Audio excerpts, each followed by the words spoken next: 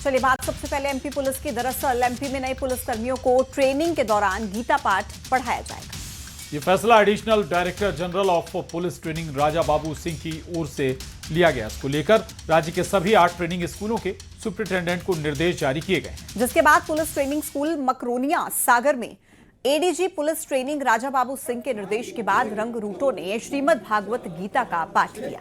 लेकिन अब इस पर सियासत के साथ साथ धार्मिक रंग भी आ गया है। हिंदू धर्म गुरुओं ने इसका स्वागत किया है। तो वहीं मुस्लिम पक्ष का कहना है कि ऐसे कार्यक्रमों से कुछ भी अच्छा होने वाला नहीं है। इससे अच्छा है पुलिस का ध्यान रखा जाए।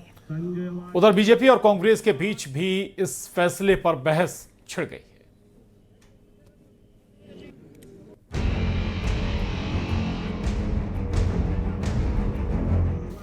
एमपी में पुलिस में भर्ती नए पुलिस कर्मियों को ट्रेनिंग के दौरान अब गीता का पाठ पढ़ाया जाएगा। इससे पहले रामचरितमानस का पाठ भी पुलिस कर्मियों को ट्रेनिंग के दौरान पढ़ाया जाता था। Additional director general of police training Raja Babu Singh की ओर से ये निर्देश जारी किए गए हैं। इसका जो काम है बाय डिफ़ॉल्ट इतना स्ट्रेस वाला है, पूरे समय उनको मेंटल कंपोजर बनाए रखना चाहिए। इसके लिए हमने हार्टफुलनेस मेडिटेशन का एक किया है कि रोज़ शाम को ट्रेनिंग के बाद सोने से पहले वो हार्टफुलनेस मेडिटेशन करते हैं। और उसके पहले मैंने कहा है कि आप मेडिटेशन करने से पहले श्रीमद् भागवत गीता के एक अध्याय का पाठ करके पारायण करें, फिर ध्यान करें, तो आपको जीवन जीने की अच्छी कला आएगी। राज्य के सभी 8 ट्रेनिंग स्कूलों के सुपरिटेंडेंट को निर्देश दिए गए हैं, जिसके बाद पुलिस ट्रेनिंग स्कूल मकरोनिया सागर में श्रीमद् भागवत गीता का पाठ किया गया।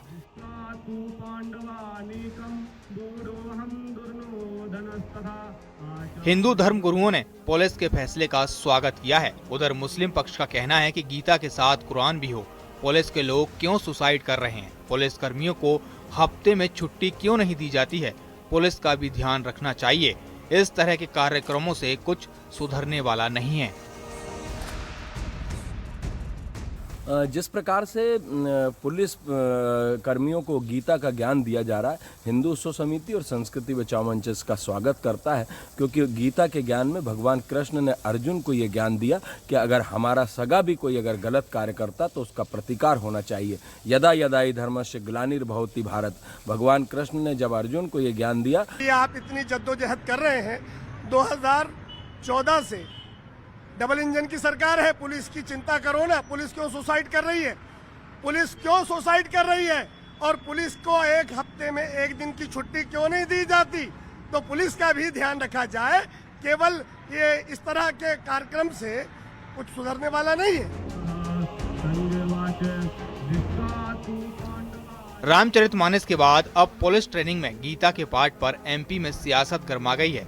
बीजेपी और कांग्रेस गीता पाठ को लेकर एक दूसरे पर हमलावर हैं।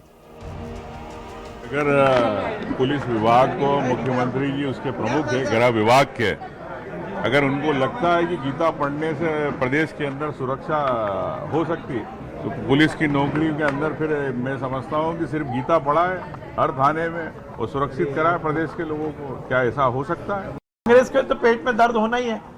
इस देश की संस्कृति, सनातन दर्शन का यदि पाठ पढ़ाया जाएगा तो ये कांग्रेस को तो गलत ही लगेगा। इटली के संस्कारों में पड़ी हुई कांग्रेस, बड़ी हुई कांग्रेस, वो क्या जाने गीता के सार को। और मुझे लगता है कि कांग्रेस इस तरह से सनातन ग्रंथों का अपमान करना चाहती है। पुलिस की ट्रेनिंग में गीता के पाठ पर एक नई बहस छिड़ गई है। सियासत के साथ साथ अब इसमें धार्मिक रंग भी आ गया है। Bureau report, news 18।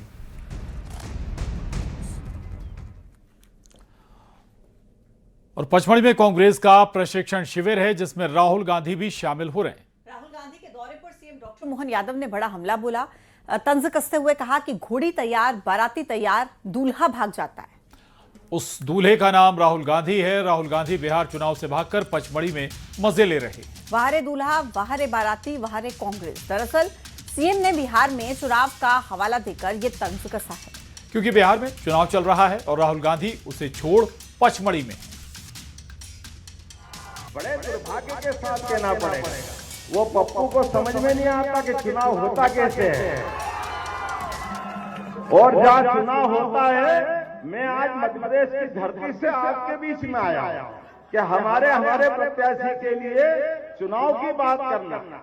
और एक कांग्रेस के नेता राहुल गांधी, इतने बड़े नेता पूछो मत, और कैसी समझ है, आज और कल चुनाव में कहेंगे कि चुनाव में अगर कांग्रेस को जीतना है, उनके साथ वालों को जीतना है, तो मैं आपसे पूछना चाहता हूं, उनको कहां होना चाहिए था? बिहार में आना चाहिए कि नहीं आना चाहिए था? बिहार में सभा करना चाहिए कि नहीं करना चाहिए? वो नहीं आ रहा है। वो हमारे मध्य प्रदेश की पंचमढ़ी में छुट्टी बिता रहा है, छुट्टी बिठा रहा है।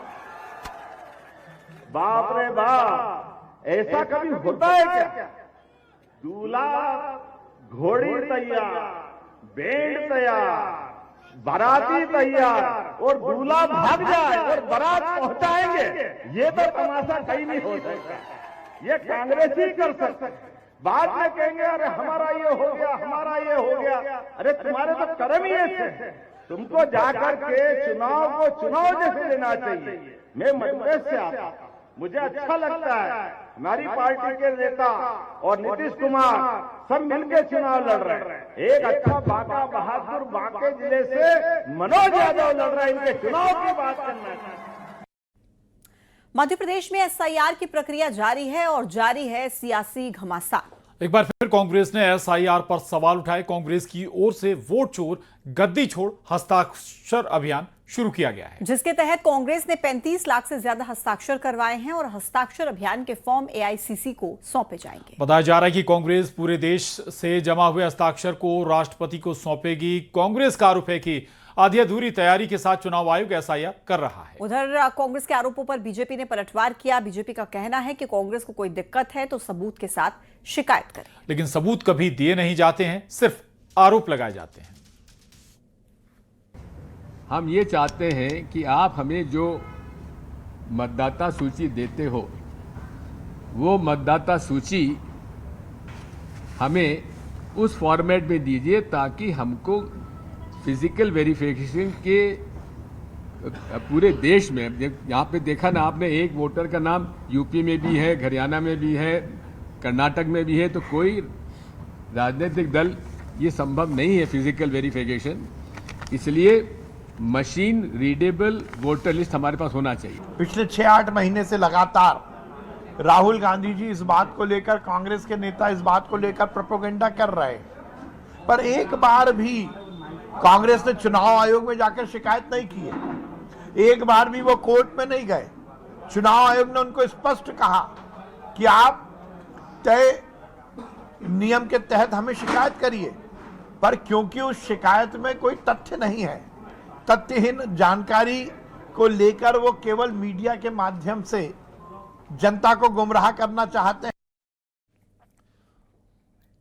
और राजधानी भोपाल में शनिवार को नगर निगम की सफाई व्यवस्था में लगे 8000 से अधिक कर्मचारियों ने हड़ताल कर दी, जिससे शहर के 21 जोन में स्थित करीब 4 लाख घरों में कचरा उठाने के लिए नगर निगम की गाड़ियां नहीं पहुंची। सड़क और कॉलोनियों में झाड़ू लगाने वाले सफाई कर्मी भी गायब रहे। वहीं कर्मचारियों ने कड़ा विरोध जताते हुए आरोप लगाया है कि नगर निगम प्रशासन उन्हें पूरे 30 दिन काम करवाने के बावजूद केवल 15 दिन का वेतन दे रहा है। हड़ताल की वजह से सफाई व्यवस्था पूरी तरह ठप हो गई है, जिससे नागरिकों को भारी परेशानी का सामना करना पड़ रहा है।